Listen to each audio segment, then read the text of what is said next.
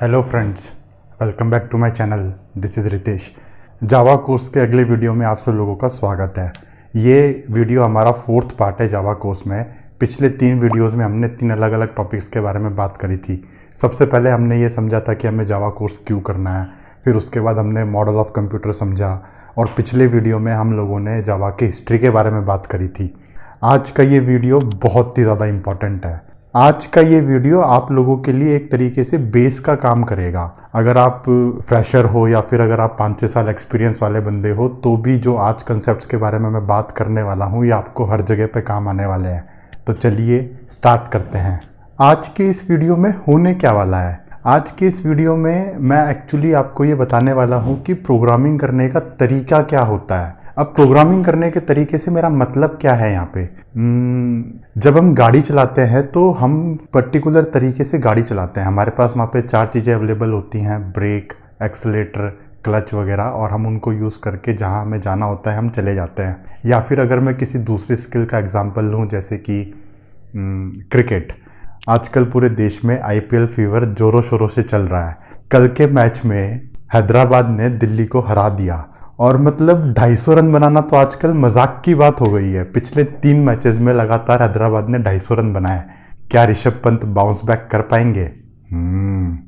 मतलब वहाँ पे तो आपके पास फिजिकल वर्ल्ड है, वहाँ पे आपके पास फिजिकल चीज़ें होती हैं, इंस्ट्रूमेंट्स होते हैं, जैसे कि बैट है, गाड़ी के केस में आपके पास गियर, ब्रेक्स वगैरह होती हैं, आप उनको यूज़ करते हो। तो यहाँ पे प्रोग्रामिंग करते समय आप किन किन चीज़ों का यूज़ करते हो, और आप एक्चुअल में आपका एम क्या होता है। क्रिकेट खेलने में आपका एम होता है रन बनाना, विकेट्स लेना। गाड़ी चलाने में आपका एम होता है आपको एक डेस्टिनेशन पे जाना है। तो जब आप प्रोग्रामिंग करते हो तो आपका एम क्या होता है, मैं आपको इसके लिए एक एग्जांपल देता हूँ।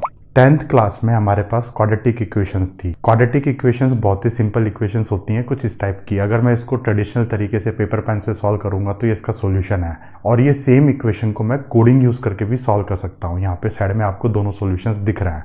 तो यहाँ पे मैंने एक्चुअली किया क्या, यहाँ पे मैंने फिजिकल वर्ल्ड के किसी लॉजिक को उठा के यहाँ पे कंप्यूटर में रिप्रेजेंट किया है। तो जब हम प्रोग्रामिंग करते हैं तो हमारा एम यही होता है कि हमें फिजिकल वर्ल्ड के लॉजिक को उठा के कंप्यूटर में रिप्रेजेंट करना होता है। जैसे क्रिकेट खेलना भी एक स्किल है, वैसे ही प्रोग्रामिंग करना भी एक स्किल है। ये स्किल इसलिए है क्योंकि हमारे पास फिजिकल वर्ल्ड में हमें चीज़ें दिखती हैं। हमारे घर के आसपास हमें बहुत सारे आइडियाज़ मिलते हैं, लॉजिक मिलता है, हम किताबों में पढ़ते हैं, कुछ भी करते हैं हमें वो सेम चीज़ को बस कंप्यूटर में उतारना होता है, डिजिटल तरीके से हमें उसको बदलना है। अब मेरे कहने का मतलब ये नहीं है कि यहाँ पे हर बंदा सचिन तेंदुलकर होता है या फिर हर बंदा यहाँ पे लुइस हैमिल्टन होता है।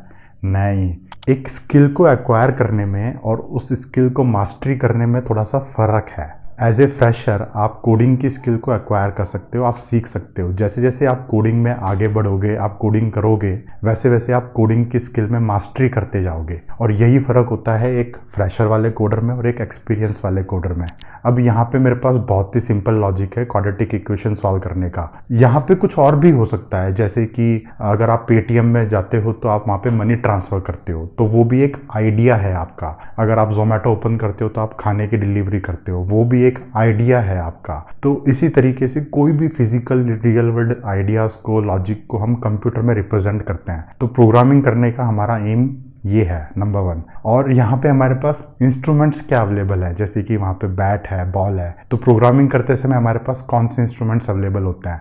हमारे पास प्रोग्रामिंग लैंग्वेजेस होती हैं, नंबर 1। और प्रोग्रामिंग लैंग्वेजेस में बहुत ही लिमिटेड सेट ऑफ कीवर्ड्स होते हैं। उन कीवर्ड्स को मैंने एक पर्टिकुलर स्टाइल में अरेंज करा है, और उसको उस स्टाइल में अरेंज करने के बाद मेरा यहाँ पे क्वाड्रेटिक इक्वेशन सॉल्व करने का लॉजिक है वो मैंने कंप्यूटर में रिप्रेजेंट कर दिया।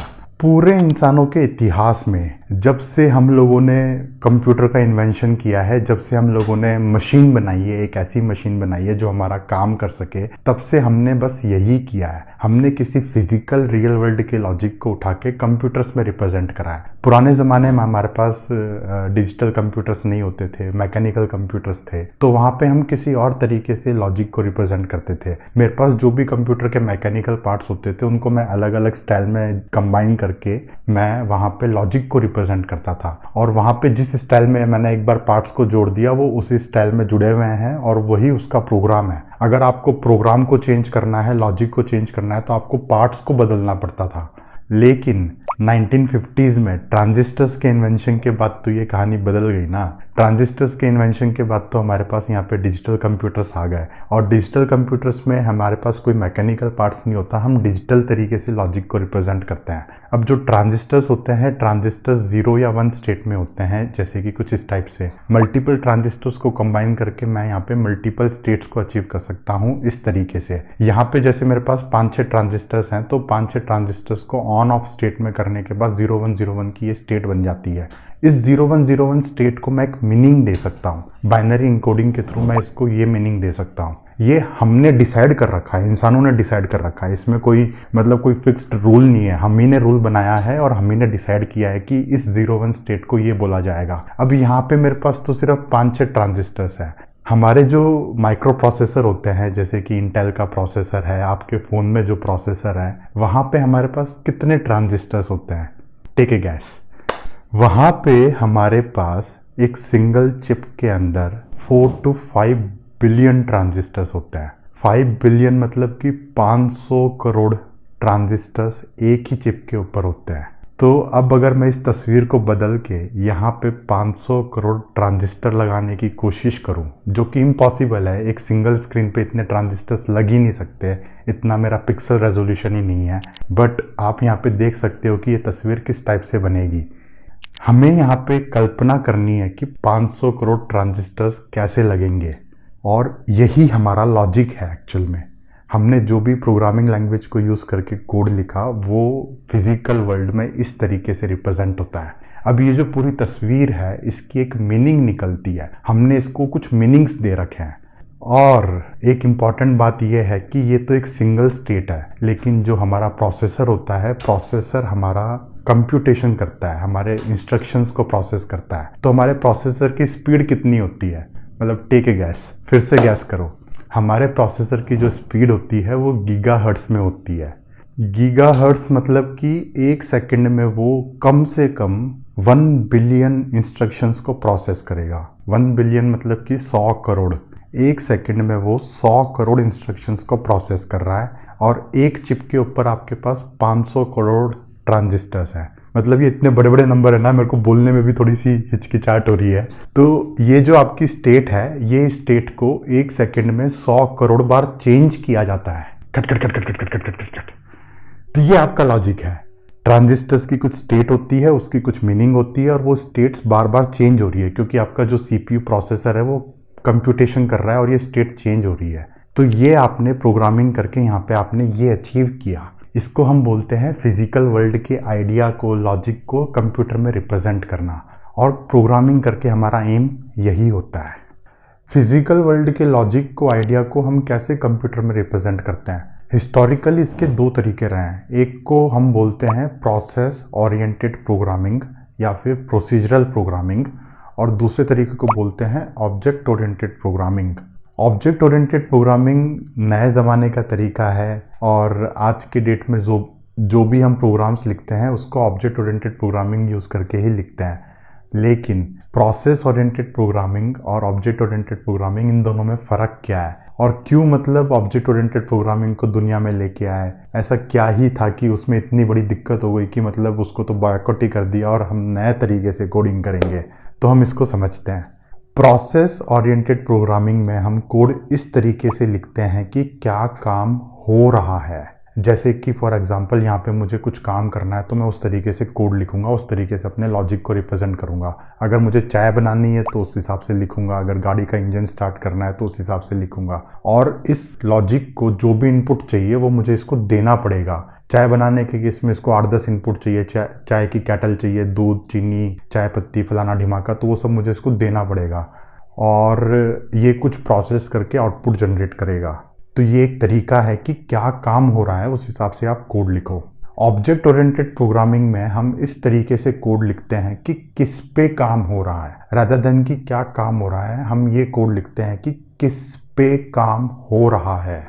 और फिजिकल वर्ल्ड की चीज़ों को मैं यहाँ पे ऑब्जेक्ट्स के फॉर्म में रिप्रेजेंट करता हूँ। जैसे कि अगर मुझे चाय बनानी है तो चाय बनाने के केस में मेरे पास यहाँ पे केटल होगी, केटल यहाँ पे एक ऑब्जेक्ट हो गया। चाय पत्ती, चीनी, मिल्क वगैरह यहाँ पे अलग अलग ऑब्जेक्ट्स हो गए। और ये ऑब्जेक्ट्स आपस में एक दूसरे से कम्युनिकेट करते हैं मैसेज पास करके। जैसे कि ये वाले ऑब्जेक्ट ने इस वाले ऑब्जेक्ट को मैसेज पास किया और ये वाले ऑब्जेक्ट ने बोला हाँ ठीक है भाई, मैंने आपको काम करके दे दिया, वापस से रिस्पॉन्स दे दिया। और एक ऑब्जेक्ट जब दूसरे ऑब्जेक्ट से कम्युनिकेट करता है तो बहुत ही स्पेसिफिक तरीके से कम्युनिकेट करता है। ऐसा नहीं है कि ये ऑब्जेक्ट्स को आपस में मस्ती सूझी और एक दूसरे को छेड़ने के लिए फालतू में कुछ भी मैसेज पास कर रहे हैं। नहीं, जब ये एक दूसरे से कम्युनिकेट करते हैं तो बहुत ही स्पेसिफिक तरीके से करते हैं, और कंप्यूटर साइंस की दुनिया में इसको बोलते हैं इंटरफेसेस के थ्रू कम्युनिकेट करना। ये जो ऑब्जेक्ट्स होते हैं इनकी कुछ प्रॉपर्टीज होती हैं और इनका कुछ बिहेवियर होता है। जावा जो है ये तो पूरी ऑब्जेक्ट ओरिएंटेड प्रोग्रामिंग ही है, इसके अंदर सब कुछ ही ऑब्जेक्ट है। इवन डाटा टाइप्स जो होते हैं वो भी ऑब्जेक्ट्स के फॉर्म में रिप्रेजेंट होते हैं। अगले चैप्टर में आपको डाटा टाइप्स के बारे में पता चलेगा कि जावा के अंदर कितने डाटा टाइप्स होते हैं। और यहाँ पे मैं आपको एक कनेक्शन बताता हूँ। ऑब्जेक्ट ओरिएंटेड प्रोग्रामिंग जो है ये नए ज़माने का तरीका है, और जितनी भी एप्लीकेशंस डेवलप होती है इसी तरीके से डेवलप होती है। अब आप चाहे छोटी एप्लीकेशन को डेवलप करो, जैसे कि क्वाड्रेटिक इक्वेशन को सॉल्व करने का तरीका है, या फिर कोई बड़ी प्रॉब्लम्स को सॉल्व करो जैसे कि जोमेटो, उबर, एडोबी, वहाँ पे भी इसी तरीके को यूज़ किया जाता है। जब हम बड़े सिस्टम्स बनाते हैं, बड़े इकोसिस्टम्स बनाते हैं, तो वहाँ पे भी हम एक किसी इंडिविजुअल सर्विस को ऑब्जेक्ट की तरह ट्रीट करते हैं। जैसे कि मेरे पास यूज़र सर्विस है, यूज़र सर्विस ने ऑर्डर सर्विस को कॉल किया और बोला कि मेरे को ऑर्डर करके दे दो, ऑर्डर सर्विस ने आगे पेमेंट सर्विस को कॉल किया, बोला कि मुझे पेमेंट करके दे दो। तो इस तरीके से ये इंडिविजुअल सर्विसेज भी ऑब्जेक्ट की तरह ही एक्ट करती हैं, और एक ऑब्जेक्ट दूसरे ऑब्जेक्ट को मैसेज पास करता है। अगर आपको इस टॉपिक के बारे में और डिटेल में समझना है तो इस पे वीडियोज़ अवेलेबल हैं, लिंक्स नीचे डिस्क्रिप्शन बॉक्स में है। फिलहाल के लिए हम इतना आगे नहीं जाते हैं कि हमें यहाँ पे माइक्रो सर्विसेज बनानी है। अभी फ़िलहाल हम एक ही एप्लीकेशन में रहते हैं, तो मुझे उम्मीद है कि यहाँ पे इन दोनों के डिस्टिंक्शन आपको समझ में आएगा कि दोनों में फ़र्क क्या है, क्या काम हो रहा है वर्सेस किस पे काम हो रहा है। सिर्फ इतना सा चेंज करने के बाद पूरी कहानी ही बदल जाती है। क्यों बदल जाती है मैं आपको बताता हूँ। ऑब्जेक्ट ओरिएंटेड प्रोग्रामिंग का सबसे फंडामेंटल कंसेप्ट होता है एब्स्ट्रैक्शन। तो अब हम एब्स्ट्रैक्शन को समझते हैं कि एब्स्ट्रैक्शन क्या होता है। हम ह्यूमंस जब किसी भी चीज़ को देखते हैं तो उसको ऊपर ऊपर से देखते हैं। जैसे कि अगर मैं गाड़ी को देखता हूँ तो गाड़ी को मैं ऊपर ऊपर से देखता हूँ, उसकी कल्पना मैं एज ए होल ऑब्जेक्ट की तरह करता हूँ। फिर अगर मैं थोड़ा और डिटेल में घुसता हूँ तो गाड़ी के अंदर मुझे 4 अलग अलग सिस्टम्स के बारे में पता चलता है। इंजन है, ब्रेक्स हैं, एक्सीलरेटर है। फिर अगर मैं थोड़ा और डिटेल में घुसता हूँ तो इंजन के अंदर भी अलग पार्ट्स हो सकते हैं, आपके एक्सीलरेटर के अंदर भी अलग अलग पार्ट्स हैं, ट्रांसमिशन सिस्टम के अंदर बहुत सारे पार्ट्स होते हैं। तो इस तरीके से एक गाड़ी के अंदर आपके 4 सिस्टम्स आते हैं, उनके अंदर फिर और छोटे छोटे सिस्टम्स आते हैं, और उनके अंदर और छोटे छोटे सिस्टम्स हो सकते हैं। तो मैंने यहाँ पे क्या किया, एक बड़ा ऑब्जेक्ट जो है मेरे पास उसको छोटे छोटे ऑब्जेक्ट्स में ब्रेक डाउन कर दिया, एक तरीके से ट्री के फॉर्म में ब्रेक डाउन कर दिया, और उनको आपस में लेयर्स में अरेंज कर दिया। इस तरीके से जब हम चीज़ों को क्लासीफाई करते हैं तो इसको बोलते हैं हिरार्किकल क्लासिफिकेशन, और ये हम अपने दिमाग में कल्पना करते हैं। यही सबसे फंडामेंटल कंसेप्ट है ऑब्जेक्ट ओरिएंटेड प्रोग्रामिंग का। अगर आप किसी भी रियल वर्ल्ड की चीज़ को इस तरीके से ब्रेक डाउन कर सकते हो तो आप उसको कोडिंग के फॉर्म में लिख सकते हो। कोडिंग करते समय एब्स्ट्रैक्शन को अचीव करने के 3 प्रिंसिपल्स होते हैं। सबसे पहले है इनकैप्सुलेशन, फिर उसके बाद आता है इनहेरिटेंस, और सबसे लास्ट में आता है आपका पॉलीमॉर्फिज्म। तो एक एक करके इनको समझते हैं। सबसे पहले है इनकैप्सुलेशन। इनकैप्सुलेशन एक ऐसी प्रोसेस होती है जिसमें मैं कोड और वो कोड जिस डाटा के ऊपर काम करता है दोनों को एक साथ कंबाइन कर देता हूँ, ग्लू कर देता हूँ, और ये मेरा एक ऑब्जेक्ट बन जाता है। मतलब फिजिकल वर्ल्ड की किसी चीज़ को मैंने एक ऑब्जेक्ट के फॉर्म में रिप्रेजेंट कर दिया। ये जो ऑब्जेक्ट है ये बहुत ही स्पेसिफिक तरीके से काम करता है। अगर किसी यूज़र को इससे इंटरेक्ट करना है तो बहुत ही स्पेसिफिक तरीके से इंटरेक्ट करता है, और ये वाला ऑब्जेक्ट बाकी सारे ऑब्जेक्ट्स पे कोई ज़्यादा इम्पैक्ट नहीं डालता। अगर आपको इसको रियल वर्ल्ड से कनेक्ट करना है तो मैं आपको एक एग्जांपल देता हूँ। जैसे गाड़ी का जो ट्रांसमिशन होता है, ट्रांसमिशन को से इंटरेक्ट करने के लिए हमारे पास एक ही तरीका है, गियर लीवर को चेंज करना, शिफ्ट करना। अगर मुझे गियर्स को चेंज करना है तो मैं गियर लीवर को यूज़ करूँगा। उस ट्रांसमिशन सिस्टम के अंदर बहुत सारी कॉम्प्लेक्स चीज़ें हैं, वो हम सबसे छिपी हुई हैं, हमें उनके बारे में नहीं पता। हमें तो सिर्फ गियर लीवर चेंज करना होता है और हमारा काम हो जाता है। और ये जो ट्रांसमिशन सिस्टम है ये बाकी चीज़ों पे भी इम्पैक्ट नहीं करता। ऐसा थोड़ी ना है कि गियर चेंज करके हेडलाइट ऑन हो जाएगी। तो उसी तरीके से कोडिंग में भी ये जो ऑब्जेक्ट्स होते हैं ये किसी दूसरे ऑब्जेक्ट पे इम्पैक्ट नहीं डालते, और किसी को अगर इस ऑब्जेक्ट से इंटरेक्ट करना है तो स्पेसिफिक तरीके से इंटरेक्ट करेगा। जावा में इंकैप्सुलेशन को हम अचीव करते हैं क्लासेस के फॉर्म में। अब एक क्लास का पर्पस होता है कॉम्प्लेक्सिटी को हाइड करना, तो इसके अंदर मैकेनिज्म्स होते हैं कि कैसे कॉम्प्लेक्सिटी को हाइड किया जाए। क्लासेस के अंदर कुछ मेंबर्स होते हैं, कुछ वेरिएबल होता है, डाटा होता है, कोड होता है। तो उसके अंदर कुछ चीज़ें ऐसी होती हैं जो पब्लिक होती हैं। पब्लिक मतलब कि वो पूरी दुनिया को अवेलेबल है, वो पूरी दुनिया को दिखती है, बाकी ऑब्जेक्ट्स को भी पब्लिक चीज़ें दिखती हैं। और क्लासेस के अंदर कुछ प्राइवेट चीज़ें होती हैं जो कि सिर्फ क्लासेस के अंदर ही यूज़ हो सकती हैं। क्लासेस जो होती हैं, क्लासेस आपके ऑब्जेक्ट्स का ब्लूप्रिंट होता है, और एक क्लास से आप मल्टीपल ऑब्जेक्ट्स बना सकते हो, और ये सारे के सारे ऑब्जेक्ट्स इंडिविजुअली एग्जिस्ट करते हैं। क्लास में आपने सिर्फ लिख दिया कि किस तरीके से ऑब्जेक्ट को बनाना है। जब हम अपने कोड को रन करते हैं तो एक्चुअल में ऑब्जेक्ट बनते हैं। तो क्लास आपका एक तरीके से लॉजिकल चीज़ हो गई, ब्लूप्रिंट हो गया, और ऑब्जेक्ट हो गया आपका फिजिकल रियलिटी। जब प्रोग्राम चलता है तो ऑब्जेक्ट बनता है। तो ये है इंकैप्सुलेशन, मतलब हमने छुपा लिया, कॉम्प्लेक्सिटी को हाइड कर दिया बाकी दुनिया से। जो भी मेरा ऑब्जेक्ट बनेगा वो सिर्फ उतना ही काम करेगा जितनी उसकी रिस्पॉन्सिबिलिटी है, और वो बाकी दुनिया से इंटरेक्ट नहीं करेगा। किसी को अगर उससे इंटरेक्ट करना है तो एक ही स्पेसिफिक तरीका है, उससे इंटरेक्ट करेगा। इंकैप्सुलेशन के बाद आता है आपका इनहेरिटेंस। इनहेरिटेंस में एक ऑब्जेक्ट किसी दूसरे ऑब्जेक्ट की प्रॉपर्टीज को एक्वायर कर लेता है। प्रॉपर्टीज़ को एक्वायर करना बहुत इंपॉर्टेंट है। यह हमें रियल वर्ल्ड में भी दिखता है, जैसे कि हम सब के पास अपने पेरेंट्स की कुछ प्रॉपर्टीज़ होती हैं, उनके पास उनके पेरेंट्स की, और इस तरीके से ये पूरी की पूरी चेन चली हुई है। और अगर मैं इसको बड़े स्केल पे लेके जाऊं तो हम सब एनिमल्स हैं। एनिमल्स के भी क्लासिफिकेशंस होते हैं। मैमल्स के अंदर फिर अलग क्लासिफिकेशन होता है, और उसके बाद कहीं नीचे जाके ट्री में हम लोग आते हैं। मतलब हमारा डीएनए और बंदर का डीएनए 99% सेम है। तो कुदरत ने भी इस तरीके से इनहेरिट कर रखी हैं चीज़ें। सबसे पहले एक टॉप लेवल की चीज़ बनती है, उसके बाद ड्रिल डाउन होते होते वो पूरा नीचे आता है। तो ये सेम कंसेप्ट को हम प्रोग्रामिंग में भी अप्लाई करते हैं इनहेरिटेंस के थ्रू। जावा में हम इनहेरिटेंस को अचीव करते हैं क्लासेस के थ्रू। एक क्लास किसी और क्लास की पेरेंट हो सकती है या फिर चाइल्ड हो सकती है। तो जब एक क्लास किसी क्लास की चाइल्ड क्लास बन जाती है तो वो अपने पेरेंट से सारी प्रॉपर्टीज़ को इनहेरिट कर लेता है। उस क्लास की बहुत सारे पेरेंट्स हो सकते हैं, जैसे कि ये सेम डायग्राम को मैं क्लास के फॉर्म में रिप्रेजेंट कर सकता हूँ। तो सबसे टॉप लेवल पे आपकी एनिमल की क्लास आ जाती है, ड्रिल डाउन करते करते और नीचे की क्लासेस आती हैं, और इस तरीके से ये जितनी भी नीचे की क्लासेस हैं ये अपने सारी पेरेंट की क्लासेस को, प्रॉपर्टीज़ को इनहेरिट कर लेती हैं।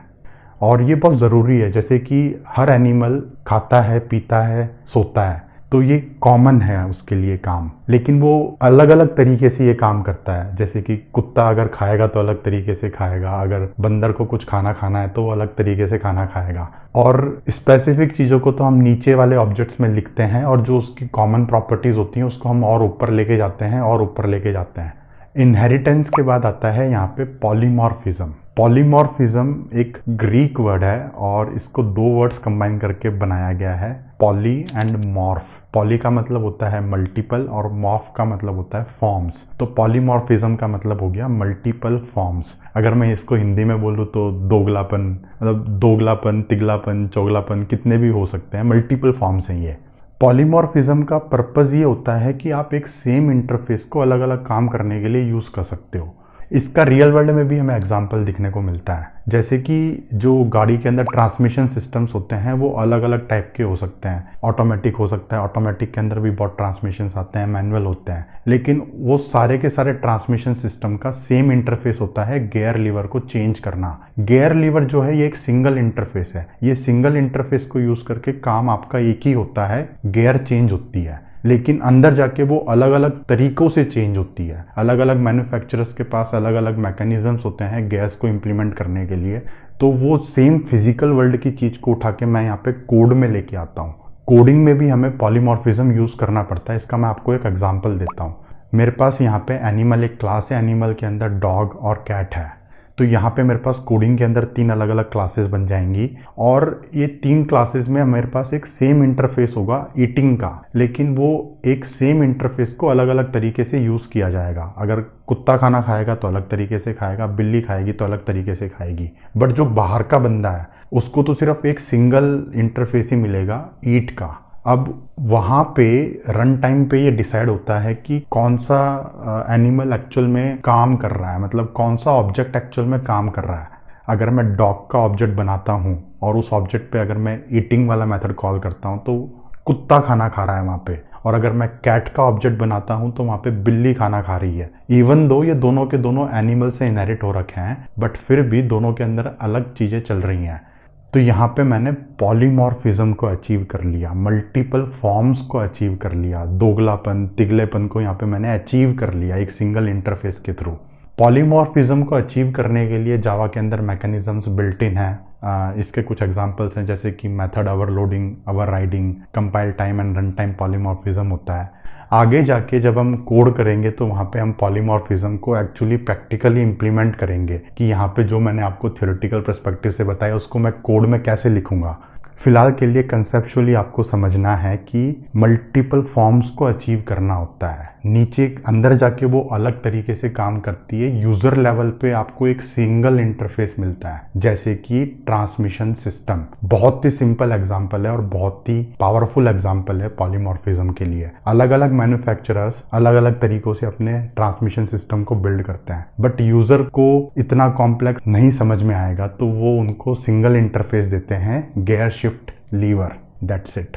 तो ऑब्जेक्ट ओरिएंटेड प्रोग्रामिंग के ये 3 फंडामेंटल पिलर्स हैं, इंकैप्सुलेशन, इनहेरिटेंस और पॉलीमॉर्फिज्म। इन तीनों को यूज़ करके हम यहाँ पे एब्स्ट्रैक्शन को अचीव करते हैं। एब्स्ट्रैक्शन के थ्रू हम फिजिकल वर्ल्ड के लॉजिक को यहाँ पे कंप्यूटर में उतारते हैं, कागज पे उतारते हैं। और मतलब ये एक्चुअल में जिस तरीके से आप यहाँ पे इन तीनों चीज़ों को यूज़ करते हो उस तरीके से आपके यहाँ पे सर्किट बोर्ड्स में चेंजेस होते हैं, ट्रांजिस्टर्स की स्टेट चेंज होती है। तो अगर आपको इन तीनों कंसेप्ट्स के बारे में कोई भी डाउट हो तो आप नीचे कमेंट सेक्शन में पोस्ट करो। ये तीनों बहुत ही ज़रूरी है समझना, इसके बाद ही आगे की चीज़ों के बारे में बात हो पाती है। तो अब इसके बाद क्या है, तो इसके बाद ना एक सिंपल सा जावा प्रोग्राम लिखते हैं और उसको रन करके देखते हैं। जैसे कि मैंने आपको बताया, प्रोग्राम को लिखने के लिए हमारे पास कुछ कीवर्ड्स होते हैं और उसको मैं यहाँ पे फ़िलहाल के लिए एक सिंपल सी टेक्स्ट फाइल में मैंने यहाँ पे कोड लिखा हुआ है। अब यहाँ पे जो मैंने प्रोग्राम लिखा है, प्रोग्राम के अंदर एक्चुअल में क्या क्या लिखा हुआ है मैंने एक बार ज़रा लाइन बाय लाइन देख लेते हैं। सबसे पहले मैंने यहाँ पे जो सबसे पहली 3-4 लाइनें लिखी हैं उसको हम बोलते हैं कमेंट्स। कमेंट्स मतलब कि ये कुछ ऐसा टेक्स्ट होता है जिसको हमारा कंपाइलर कम्प्लीटली इग्नोर कर देता है। ये सिर्फ हमारे समझने के लिए है। यहाँ पे जैसे मैंने कमेंट लिखा हुआ है, इंग्लिश में लिखा हुआ है। आप यहाँ पे किसी भी लैंग्वेज में कमेंट लिख सकते हो, इंग्लिश में लिख सकते हो, हिंदी में लिख सकते हो। कंपाइलर को इस कमेंट से कोई मतलब नहीं है। ये कमेंट होता है, जैसे अगर मैं कोड करता हूँ तो मेरे कोड को कोई दूसरा बंदा पढ़ेगा तो उसको समझ में आ जाएगा कि मैंने ऐसा कोड क्यों किया है, लॉजिक क्यों मैंने ऐसा लिखा है। इसके लिए कमेंट करना बहुत ज़रूरी होता है ताकि आप एक दूसरे को कोड को समझ पाओ। फिर उसके बाद मैंने यहाँ पे लिखा हुआ है पब्लिक क्लास एग्जाम्पल। तो पब्लिक यहाँ पे एक कीवर्ड है, मतलब कि ये जो क्लास है ये पब्लिक है। क्लास मतलब कि ये क्लास है, इसी क्लास के ऑब्जेक्ट्स बनते हैं। ये हमारा ब्लूप्रिंट है हमारे कोड का। और उसके बाद मैंने यहाँ पे क्लास का नाम लिखा है एग्जाम्पल। इसके बाद मैंने यहाँ पे ब्रैकेट को ओपन किया है और ये जो करली ब्रेसेस को मैं यूज़ कर रहा हूँ, ये करली ब्रेसेस का एक एंड भी है। यहाँ पे सबसे नीचे ये क्लास यहाँ पे शुरू हुई है और सबसे नीचे क्लास एंड हुई है। तो इस ब्रैकेट के अंदर जो भी कोड लिखा हुआ है वो इस क्लास का ही है। जावा के अंदर हम ब्रैकेट्स को यूज़ करते हैं, बाकी लैंग्वेजेस में ब्रैकेट्स वगैरह यूज़ नहीं होते। जैसे कि पाइथन के अंदर आपको ब्रेसेस लगाने की बिल्कुल ज़रूरत नहीं है, जावा के अंदर ज़रूरत है। क्योंकि इस तरीके से ना आप समझ सकते हो कि ये वाला ब्लॉक बन गया, फिर ये वाला ब्लॉक बन गया, फिर ये वाला ब्लॉक बन गया। फिर इसके बाद क्लास शुरू होती है और क्लास के अंदर एक ही मेथड है, पब्लिक स्टैटिक वॉइड मेन। अब इसका मतलब क्या हुआ? पब्लिक मतलब कि एक पब्लिक मेथड है, स्टैटिक मतलब कि जेवीएम इसको कॉल कर सकता है बिना ऑब्जेक्ट बनाए, वॉइड मतलब कि ये मेथड कोई भी रिटर्न नहीं कर रहा है कुछ भी, और मेन मतलब कि ये एक नाम है मेथड का। जावा जब हमारे प्रोग्राम को रन करता है तो वो मेन मेथड को ही कॉल करता है। जावा को, जैसे मेरे पास बहुत सारे प्रोग्राम्स हैं, जावा के हज़ारों प्रोग्राम्स हो सकते हैं, तो जब भी जेवीएम किसी प्रोग्राम को रन करेगा तो जेवीएम को पता तो होना चाहिए ना कि उसको कहाँ पे घुसना है, एंट्री पॉइंट क्या है प्रोग्राम का। और सारे जावा प्रोग्राम्स की एंट्री पॉइंट यही होती है, पब्लिक स्टैटिक वॉइड मैन। इसके बाद मेन मेथड की बॉडी चालू होती है और अगेन वहाँ पे मैंने ब्रेसेस लगा रखे हैं, और ये ब्रेसेस वही हैं कि ये एक अलग ब्लॉक ऑफ कोड है। इसके अंदर जो भी कोड लिखा है ये एक इंडिविजुअल एंटिटी की तरह काम करेगा। और इसके अंदर मैंने सिंपल सा system.out.println करा हुआ है। सिस्टम मेरी एक इंटरनल क्लास है, आउट मतलब कि एक आउटपुट स्ट्रीम, और प्रिंट लाइन मतलब कि जो भी डाटा मैं यहाँ पे दे रहा हूँ उसको आप प्रिंट कर दो। अब जो हमने यहाँ पे प्रोग्राम किया है, प्रोग्राम के अंदर 2-4 इंपॉर्टेंट चीज़ें हैं जो हमें समझनी है। नंबर 1, जो मेरा यहाँ पे फाइल का नाम है, फाइल का नाम है example.java। .java जो है ये मेरा फाइल एक्सटेंशन है। जावा में मैं जो भी कोड लिखता हूँ वो एक तरीके से नॉर्मल टेक्स्ट फाइल है, तो टेक्स्ट फाइल का एक्सटेंशन .java होना चाहिए। java फाइल को एज ए इनपुट लेता है और उसको कंपाइल करके हमें एक बाइट कोड देता है। तो जब वो हमें बाइट कोड देता है तो बाइट कोड का एक्सटेंशन होता है .class। और जब हम जावा प्रोग्राम को रन करते हैं तो हमें वहाँ पे क्लास का नाम देना होता है, जैसे कि जावा एग्जाम्पल। मैंने यहाँ पे एग्जाम्पल के आगे .class नहीं लगाया। जावा अपने आप ही एज्यूम कर लेता है कि एक क्लास का नाम है और इस क्लास के नाम के अंदर वो एक मेन मेथड को सर्च करता है और मेन मेथड को कॉल कर देता है। अब जो ये मेन मेथड कॉल होता है इसका थोड़ा सा सिग्निफिकेंस है, थोड़ा डिटेल में समझते हैं। यहाँ पे जो मैंने मेन मेथड लिखा है वहाँ पे मैंने एक स्टैटिक कीवर्ड को यूज़ किया है। स्टैटिक कीवर्ड का मतलब ये है कि जावा जब इस प्रोग्राम को रन करेगा तो जावा को इस क्लास का ऑब्जेक्ट बनाने की ज़रूरत नहीं है। जावा ऑब्जेक्ट वगैरह नहीं बनाता, जावा सिर्फ हमारे एक प्रोग्राम को रन कर देता है। उस प्रोग्राम के अंदर जितने भी ऑब्जेक्ट्स बनाने होते हैं वो सब हमारा काम है। नंबर 1। नंबर 2, जब जावा प्रोग्राम को रन करता है तो वो एक थ्रेड को स्टार्ट करता है। थ्रेड जैसे कि मैंने आपको बताया था एक सिंगल चेन ऑफ एग्जीक्यूशन होती है, यहाँ से हमारा प्रोग्राम चलना स्टार्ट हो जाता है। और जो यहाँ पे थ्रेड रन होता है उस थ्रेड का नाम होता है मेन थ्रेड। हमेशा मेन थ्रेड ही आपका थ्रेड का नाम होगा जब भी जावा प्रोग्राम रन होगा। उस थ्रेड के अंदर हम अलग से थ्रेड बना सकते हैं, 50-100 कितने भी थ्रेड बना सकते हैं, वो अलग मुद्दा है। इंपॉर्टेंट चीज़ ये है कि जब जावा रन करता है तो वो एक ही थ्रेड बनाता है, उस थ्रेड का नाम होता है मेन थ्रेड। वो आपकी सिंगल चेन ऑफ एग्जीक्यूशन होती है जो आपके प्रोसेसर पे जाके एग्जीक्यूट होता है। और ये जो मेन मेथड होता है ये हमेशा स्टैटिक होता है। स्टैटिक इसलिए क्योंकि जावा को ऑब्जेक्ट नहीं बनाना। अब अगर मैं इसको रन करने जाऊंगा तो सबसे पहले मुझे क्या करना पड़ेगा, सबसे पहले मुझे इसको कंपाइल करना पड़ेगा। तो मैं यहाँ पे इसको कंपाइल कर देता हूँ। अभी मैं यहाँ पे जो भी कमांड्स वगैरह यूज़ कर रहा हूँ ये एक्चुअल में आपको जब आप जेडीके इंस्टॉल करते हो तब आपको मिलती हैं। अगले वीडियो में हम अपना एक डेवलपमेंट एनवायरनमेंट सेट करने वाले हैं। तो जब मैं इसको कंपाइल करता हूँ तो मेरे को यहाँ पे एक क्लास फाइल मिलती है। ये जो क्लास फाइल है ये मशीन एग्जीक्यूटेबल कोड नहीं है, ये एक बाइट कोड होता है। और ये बाइट कोड को हमारा जावा रन टाइम एनवायरनमेंट लेता है और उसको रन करता है। अब क्लास फाइल बनने के बाद मैं इसको रन कर सकता हूँ। अब मैं जैसे ही इसको रन करूँगा मुझे यहाँ पे आउटपुट दिख जाएगा जो मैंने लिखा हुआ था। अब यहाँ पे एक चीज़ और समझने की है कि जो मेरा मेन मेथड है, मेन मेथड के अंदर मैं कुछ इनपुट ले रहा हूँ। अगर मुझे किसी भी फंक्शन के अंदर कुछ इनपुट लेना होता है तो इसी तरीके से इनपुट लेते हैं। यहाँ पे मैंने एक कॉम्प्लेक्स फॉर्म में इनपुट ले रखा है, स्ट्रिंग के अंदर फिर 2 ब्रैकेट्स लगा रखे हैं। अब ये क्या होते हैं, एरे क्या होता है, डाटा टाइप्स में पता चलेगा, और आर्ग्यूमेंट्स, और मैंने इन आर्ग्यूमेंट्स को भी प्रिंट करा हुआ है। अब ये जो आर्ग्यूमेंट हैं, ये आर्ग्यूमेंट क्या होते हैं? जब हम जावा प्रोग्राम को रन करते हैं तो हम उसको कोई भी आर्ग्यूमेंट दे सकते हैं। जैसे कि मैं आपको रन करके दिखाता हूँ। फिलहाल के लिए मैंने यहाँ पे जावा प्रोग्राम को रन करा और मैंने यहाँ पे इसको कोई भी आर्ग्यूमेंट नहीं दिया, तो मेरी पहली लाइन जो है वो बिल्कुल ब्लैंक है। आर्ग्यूमेंट जो मेरा यहाँ पे आया है वो खाली है और उसके नीचे मैंने यहाँ पे वेलकम टू कोडिंग दुनिया प्रिंट करा हुआ है। बट जब मैं इसको अलग दोबारा से रन करूंगा जावा प्रोग्राम को तो मैं इसमें कुछ आर्ग्यूमेंट्स दे देता हूं, जैसे कि ABCD कुछ भी मैंने आर्ग्यूमेंट दे दिया। और जब मैं इसको अब दोबारा रन करूंगा तो यहाँ पे आपको पहली लाइन में वो सारे आर्ग्यूमेंट्स मिलेंगे जो मैंने उसको रन करते समय दिए थे। यहाँ पे जो मैंने डाटा को राइट किया है वो एक आउटपुट स्ट्रीम में राइट किया है। स्ट्रीम मतलब कि डाटा की स्ट्रीम, जो हमारा प्रोग्राम जिस शैल के अंदर चलता है। जैसे कि यहाँ पे मेरा एक टर्मिनल है, वो एक शैल है, उसके अंदर मेरा प्रोग्राम चल रहा है, तो डिफ़ॉल्ट इनपुट स्ट्रीम और आउटपुट स्ट्रीम वही बन जाती है। जनरली जब हम बड़ी बड़ी एप्लीकेशंस बनाते हैं तो वहाँ पे हम अपने शेल में राइट नहीं करते, हम या तो फाइल के अंदर राइट करते हैं डाटा को या फिर डाटाबेस के अंदर डाटा को राइट करते हैं। अगर हमें इनपुट लेना होता है तो भी मैं डाटाबेस से डाटा को इनपुट लेता हूँ, तो वहाँ पे भी हमारी एक स्ट्रीम बन जाती है। डाटाबेस मेरा एक प्रोग्राम है और ये मेरा एक दूसरा प्रोग्राम है, दोनों प्रोग्राम्स के बीच में एक डाटा की स्ट्रीम बन गई और इसको मैनेज करने का काम होता है ऑपरेटिंग सिस्टम का। बस इतना ही हमें कल्पना करनी है। 2 अलग अलग प्रोग्राम्स चल रहे हैं, दोनों प्रोग्राम्स के बीच में डाटा एक्सचेंज हो रहा है। कैसे एक्सचेंज हो रहा है ये ऑपरेटिंग सिस्टम मैनेज करता है, हमारी हेडेक नहीं है। नेक्स्ट हम आगे बढ़ते हैं और थोड़ा सा जावा को फॉर्मली डिफाइन कर लेते हैं। अब ये भी कुछ टर्म्स होते हैं देखते हैं ज़रा। जो मैंने यहाँ पे प्रोग्राम लिखा है, प्रोग्राम के अंदर मैंने अलग अलग कीवर्ड्स को यूज़ किया है। अब यहाँ पे कितने टाइप के कीवर्ड्स अवेलेबल हैं। सबसे पहले यहाँ पे हमारे पास होती हैं वाइट स्पेसेस। वाइट स्पेस मतलब कि ये खाली, यहाँ पे कुछ भी नहीं लिखा हुआ, सिर्फ स्पेसेस हैं। जावा एक फ्री फॉर्म लैंग्वेज है, आप उसके अंदर कितनी भी स्पेसेस दे सकते हो, कितनी भी लाइंस खाली छोड़ सकते हो, प्रोग्राम को कोई फ़र्क नहीं पड़ेगा। एम्प्टी स्पेसेस को जावा हमेशा इग्नोर कर देता है। फिर उसके बाद सेकंड टाइप के कीवर्ड्स आते हैं जिनको बोलते हैं लिटरल्स। लिटरल्स मतलब कि ये कॉन्स्टेंट्स होते हैं, जो भी हमारे ह्यूमन लैंग्वेज में टर्म यूज़ होते हैं हम उसको लिटरल के फॉर्म में लिखते हैं। जैसे कि इंटीजर a = 10, तो ये जो 10 है ना, ये मेरा लिटरल है। स्ट्रिंग नेम = रितेश, तो रितेश जो है ये एक लिटरल है, कांस्टेंट है। फिर उसके बाद आते हैं हमारे पास आइडेंटिफायर्स। आइडेंटिफायर्स को हम यूज़ करते हैं चीज़ों को नाम देने के लिए। जैसे कि जो मेरा क्लास का नाम है एग्जाम्पल, ये एक आइडेंटिफायर है।